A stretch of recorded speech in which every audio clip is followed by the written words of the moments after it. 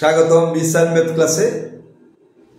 আজকে আমরা অষ্টম শ্রেণীর সরল সহজ সমীকরণের অনুশীলনী 6.1 এর সর্বশেষ যে অঙ্কটি 26 নম্বর, সেই অঙ্কটি আজকে আমরা সমাধান দিতে চেষ্টা করব।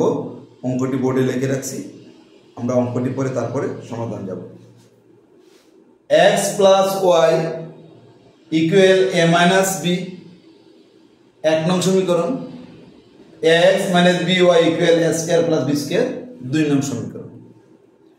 তাহলে আমরা সর্বপ্রথমেই বলছি বা অপনয়ন পদ্ধতিতে আমরা বারবার বলে আসছি, কোন চলকটি তুমি বাদ দিবে সর্বপ্রথমে সেটাই তুমি চিন্তা করতে হবে।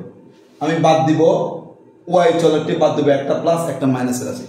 আমি তোমাদেরকে সবসময় বলছি একটি প্লাস এবং একটি মাইনাস যে চলকটির সাথে থাকবে সেই চলকটি বাদ দিতে চেষ্টা করবে, তাহলে ভুল হওয়ার সম্ভাবনা কম থাকবে। তাহলে y এর আগে প্লাস, এখানে y এর আগে মাইনাস। আমরা y যুক্ত চলক, y চলক যুক্ত পদ যেগুলো আছে সেটাকে আমরা বাদ দিতে চেষ্টা করব। এখন y তো এখানে শুধু আছে, y এর দিকে আছে by, তাহলে এইগুলোকে বলা হয় আক্ষরিক সহগ। সাংখ্যিক সহগ মানে 2, 3, 4, 5, 6 এগুলো থাকবে, সেগুলোকে বলা হয় সাংখ্যিক সহগ। কিন্তু এই জায়গায় আছে আক্ষরিক সহগ b, এইদিকে কিন্তু b নাই। তাহলে 1 নংকে আমরা b দ্বারা গুণ করলে এই 2 নং সমীকরণের y by সাথে মিলে যাবে। তখন আমরা যোগ করলে y চলক বাদ দিব, x চলকের মানটা আমরা পেয়ে যাব। তাহলে চলো আমরা 1 নংকে আমরা b দ্বারা গুণ করি।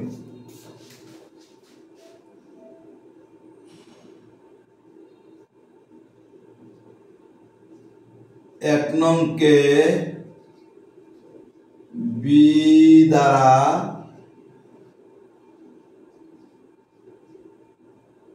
গুণ করে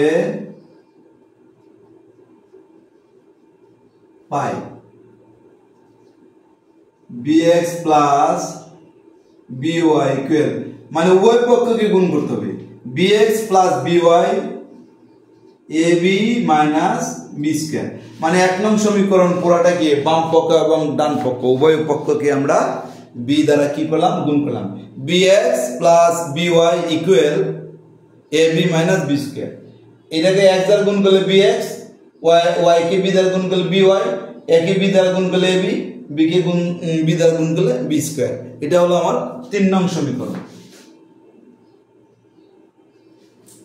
তারপরে এখন আমি 3 নং পেলাম, আর এখানে আছে 2 নং। এই 3 নং আর 2 নং, এখন 2 ও 3 যদি আমি যোগ করি তাহলে y টা অপসারিত হবে। আমি লিখব 2 নং ও 3 নং যোগ করে পাই। তাহলে 2 নং 3 যোগ করে পাই আমরা 3টাকে, আমি 3টা আগে লিখি, 3 নং ও 2 নং যোগ করে পাই। তাহলে 3 নংটা আমি উপরে লিখব, বা 2 নং 3 নং লিখলে একই কথা। আচ্ছা লিখি, আগেরটা লিখে দেই। তাহলে পাইলাম ax - by 2 নং এ a² + b², এটা হলো 2 নং সমীকরণ। 3 নংটা হলো bx + by, এটা হলো ab - b², 3 নং সমীকরণ। যোগ করি, যোগ করলে তার চিহ্ন পরিবর্তন করা দরকার নাই, by কাটা।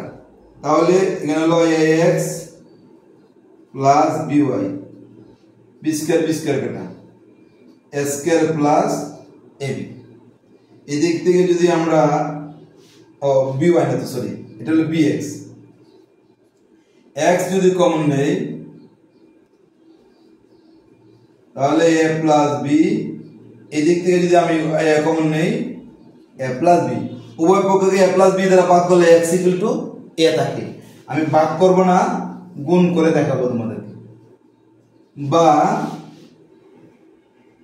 x ইকুয়াল, এদিকে গুণ আকার আছে, এদিকে ভাগ আকারে যাবে, a * a + b, নিচে হলো a + b, a + b কাটা, x ইকুয়াল a। তাহলে আমরা x এর মান কিন্তু আমরা পেয়ে গেলাম। x এর মান পাওয়ার পর এক্স এর মানটা 1 নং অথবা 2 নং যে কোনো একটি সমীকরণে বসিয়ে তুমি ওয়াই এর মানটা পেয়ে যাবে। তাহলে 1 নং দেখবা কোনটাতে বসাইলে তোমার সহজ হয়। তাহলে 1 নং এ বসাইলে আমার সহজ হবে, আমি 1 নং এ বসাবো। আমি লিখব x এর মান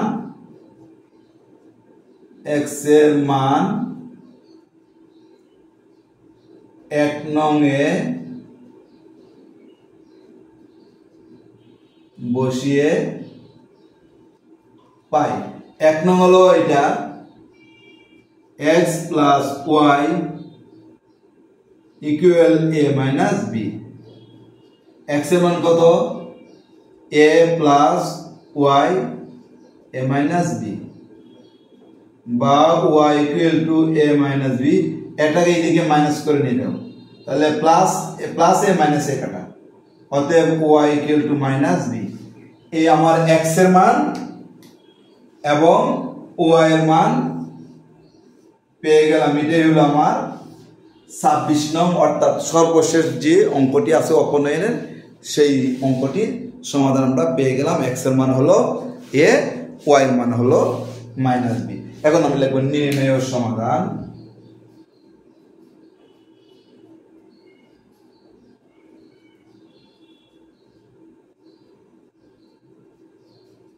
নির্ণয় সমাধান x, y equal a, b।